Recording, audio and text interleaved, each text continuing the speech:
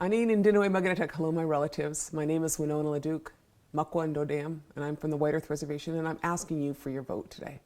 The fact is that your vote is really important because our future is really at stake.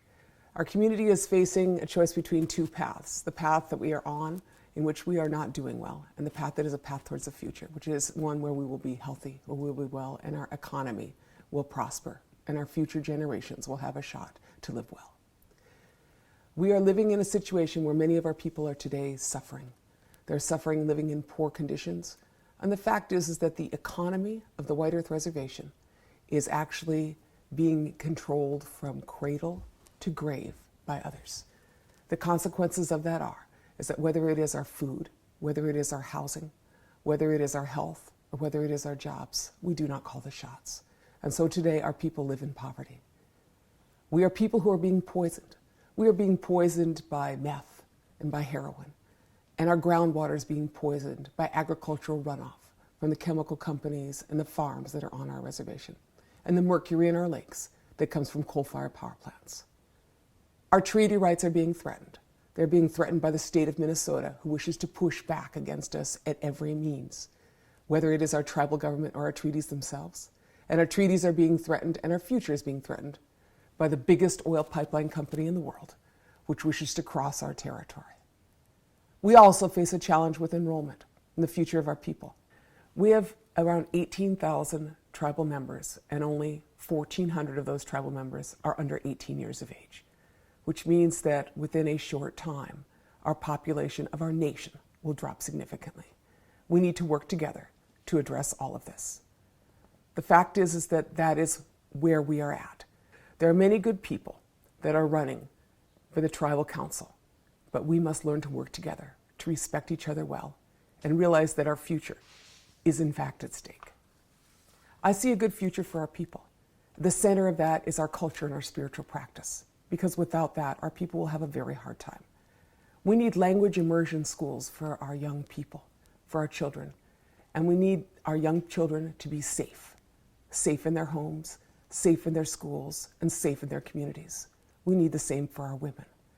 We need a strong economy on our reservation, an economy that is not just controlled by the tribal council with a have and have not situation. We need an economy where there are jobs that are by local businesses, nonprofits, co-ops, something where from the cradle to the grave, we are able to control our economy. And we need legalized medical marijuana for our people and a hemp economy. I'm asking for your vote. Why am I asking for your vote? Because I have worked for 35 years in my community. When I came back from college, I came to work in my community and I worked in the nonprofit sector. Many times I have faced the tribal council and they have not treated me well, like many of you. But today I'm asking that we work together. I worked in the early 1980s to form Anishinaabe-Aking, which fought the unjust White Earth Land Settlement Act, which would take all of our land, 700,000 acres of land, for $3 million. The final settlement was in fact $20 million, and that was because of the struggle of the people, but that was still unjust. And so what we did then is we formed the White Earth Land Recovery Project. And through our hard work, individual donations, and endless pleas, we were able to purchase 1,400 acres of land. That land is held as a tribal land trust, and tribal members can use that land. But that is also a national model for tribes who are facing these same circumstances. We have fought the genetic engineering of wild rice together, and we have defeated the proposals to genetically engineer our wild rice. I have worked to create the Niji Radio, the first independent Native radio station in the state of Minnesota, and one of 4 Native radio stations in our region. Very proud moment, and that radio station is part of the future of our nation. And now I work mostly on pipelines, because the largest oil companies and the largest pipeline company in the world seeks to cross our territory.